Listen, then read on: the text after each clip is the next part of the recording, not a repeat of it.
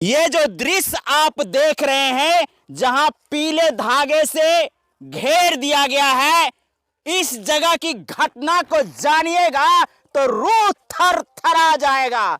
जी हां दोस्तों, एक 9 साल की मासूम को गला घोटा गया है, उसके पांव और हाथ को तोड़ा गया है। और तो और इस घनघोर नुमा जंगल के बीच इस छोटी सी टपरी में उसके लाश को छुपाया गया है। देखिए यहाँ पे पानी कितना है, और इसके पीछे देखिए घनघोर, जो ये आप रारी सब देख रहे हैं, जो चारों तरफ से घेरा हुआ है, और इसके बीच में इस घटना को अंजाम दिया गया है। वो बेटी पढ़ने के लिए स्कूल गई थी, और स्कूल से पढ़ करके जब घर वापस आती है तो बोलती है माँ को, माँ हम बगल में खेलने के लिए जाते हैं। और वो बेटी खेलने के दरमियान गायब हो जाती है।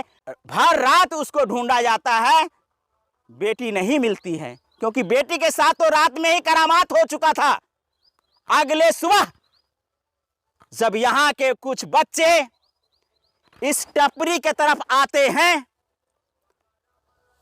वो बकरी चराने वाले हो या मछली मारने वाले हो, जब यहाँ पहुंचते हैं, इस जलकुंभी के अंदर उसके बॉडी का कुछ भाग दिखता है। बच्चे डर जाते हैं, आवाज लगाते हैं कि हो ना हो कुछ ना कुछ यहाँ जो है अनहोनी हुई है। और उसके बाद बच्चे चिल्लाने लगते हैं। उसके बाद गांव के लोग यहाँ दौड़ करके आते हैं और देखते हैं कि आखिर ऐसी वारदात कैसे हो सकती है। दरिंदगी के साथ उस बच्ची को मार दिया गया है। आखिर एक 9 साल की बच्ची के साथ ऐसा क्यों हुआ है, सवाल बनता है। सवाल हम प्रशासन से करते हैं कि आपके क्षेत्र में एक 9 साल की बच्ची को बेरहमी के साथ हत्या किया गया है, आखिर उसके पीछे का कारण क्या है। सवाल नंबर 2, आखिर इस घनघोर जंगल में क्यों छुपाया गया है।